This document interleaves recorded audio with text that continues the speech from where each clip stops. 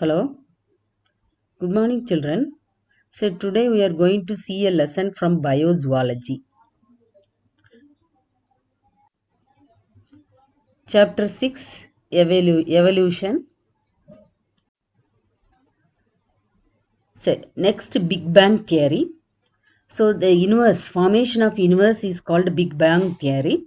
So, நம்ம ஏற்கனவே சொன்னபடி primitive earth and atmosphere. Atmosphere consists of ammonia, methane, hydrogen and water vapor. அதெல்லாம் form ஆகுது. Then, temperature of the earth was extremely high. Above UV rays and sun split up water molecule into hydrogen and oxygen. அடுத்தது temperature cool ஆனவுடனே water vapour condense ஆகி rain form ஆச்சு. So அப்போ ammonia and methane in the atmosphere combined with oxygen to form carbon dioxide and other கேஸஸ்லாம் form ஆச்சு. So the term evolution is used to describe heritable changes in one or more characteristic of a population of species from one generation to the other. So evolution, a gradual development of a species or changes of a species, of a population, that is known as evolution. Origin of life.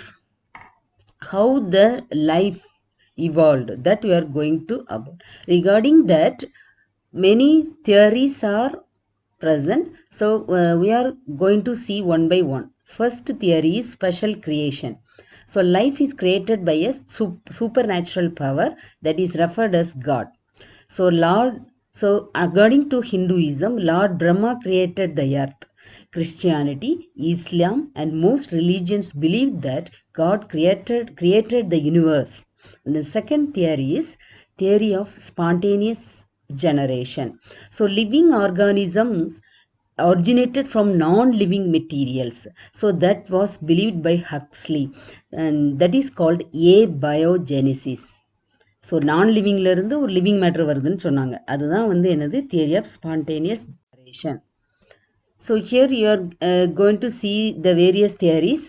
So God created the heavens and everything. Spontaneous generation, non living மேட்டர்ல இருந்து living matter வர்றது. அடுத்தது biogenesis theory. Biogenesis தியரினா already pre existing செல்ஸ்ல இருந்து தான் living form வர முடியும் அப்படிங்கிறதுக்கு இது ஒரு எக்ஸ்பெரிமெண்ட். ஒன்று பார்த்தீங்கன்னா மீட் உள்ள போட்டு க்ளோஸ் பண்ணியிருக்காங்க. க்ளோஸ் பண்ணல, ஓப்பன் பண்ணி வச்சுருக்காங்க. Here some maggots and larvas and house fly started to form. இந்த second one completely sealed. We cannot see nothing there. In the third one, they tied with a bag and they lay the eggs on the bag. So from that what we know, the இப்போ பார்த்தீங்கன்னா first ஒன்ல இருந்தது, second ஒன்ல இல்லை. அப்போ ஒரு pre existing ஒன்று இருந்ததுனால தான் அங்கே ஃபர்ஸ்ட் ஒன்ல டெவலப் ஆகிருக்கு. செகண்ட் ஒன் உள்ளே போக முடியல, அதனால அது ஃபார்ம் பண்ணலை. தேர்ட் ஒன் மேலே எக் லே பண்ணியிருக்கு. அப்போது ப்ரீ எக்ஸிஸ்டிங் ஒன்ல இருந்து தான் டெவலப் ஆகுதே தவிர ஒரு மீட் மாதிரி ஒரு நான் லிவிங் மேட்டர்ல இருந்து லிவிங் பீயிங்ஸ் ஃபார்ம் பண்ணாது அப்படிங்கிறது தான் இந்த biogenesis theory. It came from spontaneous generation. அடுத்தது origin of life. So this theory is next one. So இதில் பார்த்தீங்கன்னா என்னென்ன ஈவெண்ட் வந்திருக்கு அப்படின்னா, earth and its atmosphere formed.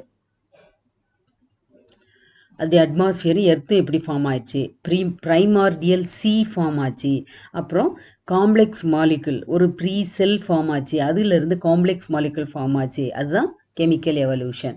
So இங்கே நீங்கள் பார்த்தீங்கன்னா ப்ரிமைடியல் சி தான் இது. அதுலேருந்து இந்த மாதிரி ஒரு சூப் மாதிரி கோசர்வேட்ங்கிற ப்ரீ செல் ஃபார்ம் ஆச்சு அப்படின்னு சொன்னாங்க. அதுக்கப்புறம் பாலிமஸ், வேரியஸ் பாலிமஸ் டெவலப் ஆகி அதுக்கப்புறம் கோசர்வேட்ஸ் ஃபார்ம் ஆச்சு, குரூப்பாக ஃபார்ம் ஆச்சு. இதில் இருந்து தான் ஒரு பேசிக் வைரஸ் ஃபார்ம் ஆகிருக்கலாம் அப்படின்னு சொல்கிறாங்க. So this is big bang theory. ஒரு பால் ஆஃப் க்ளோயிங் பால்ல இருந்து பிக் பேங். ஸோ அப்போ some splitted into many forms. முதல்ல cosmic inflation, protons, deuterium, helium, lithium, first star. So இப்படி எல்லாமே ஃபார்ம் ஆச்சு அப்படிங்கிறது தான் பிக் பேங் தியரி. அடுத்தது life arose from pre-existing cell. Already I have explained in the picture. Then chemical evolution. Chemical evolution also I gave at a brief. So இப்போ வந்து பார்த்தீங்கன்னா inorganic substances present in the environment act on physical forces such as lightning, UV radiation and volcanic activity. இந்த primordial சீல கோசர்வேட்ஸ் அப்படிங்கிற ஒரு colloidal aggregates form ஆச்சு. The coacervates are able to observe heat and assimilate. ஒன்னோடு ஒன்று react பண்ணுறதுக்கு அதுக்கு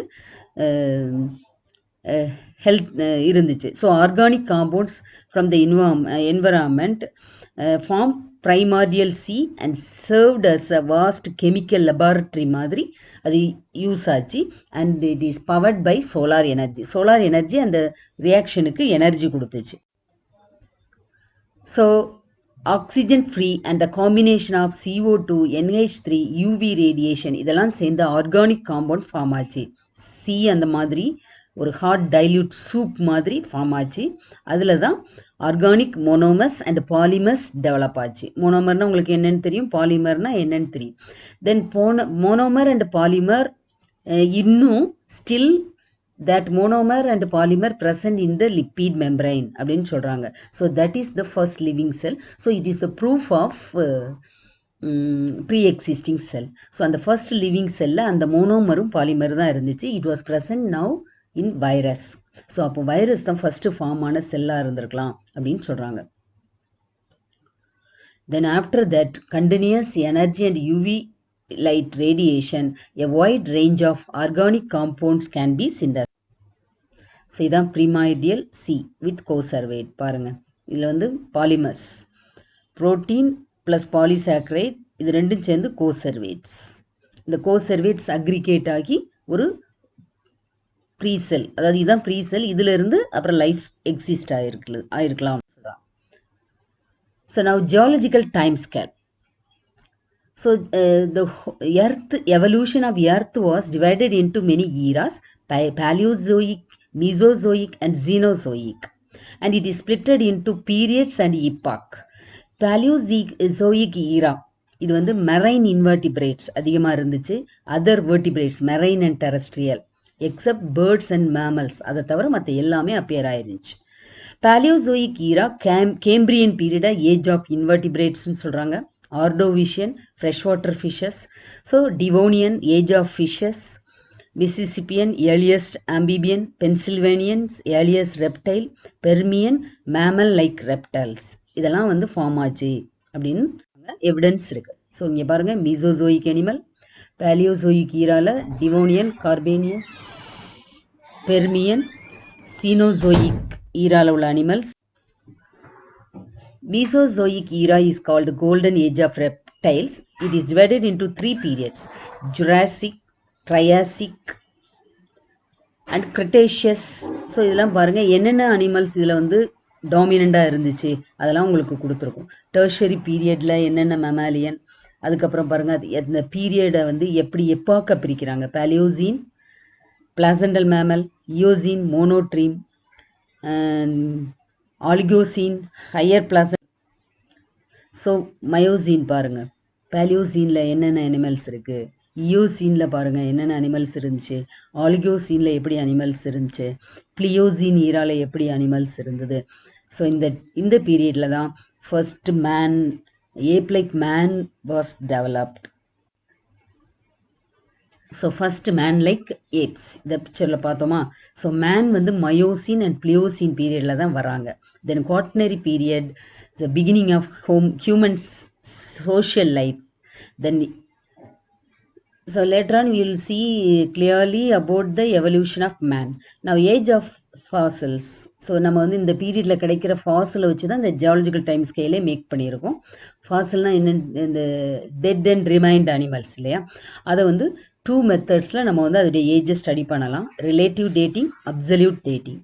relative dating எதுக்கு யூஸ் ஆகுது அப்படின்னு சொன்னனைக்கு டிட்டர்மைன் எ ஃபாசில் சிமிலர் ராக், அதில் உள்ள ஃபாசில்ஸ் அந்த ஏஜை வச்சு கால்குலேட் பண்ண ரிலேட்டிவ் என்னென்ன பீரியட்ல இது இருந்திருக்கலாம், எந்த அனிமலோட ரிசம்பிள்டாக இருக்குது அப்படின்னு பார்ப்பாங்க. Absolute precise age of the fossil, அந்த ஃபாசில் எந்த ஏஜில் அது வந்தது அப்படின்னு கண்டுபிடிக்கிறதுக்கு absolute dating. Using radiometric dating to measure the decay of isotopes.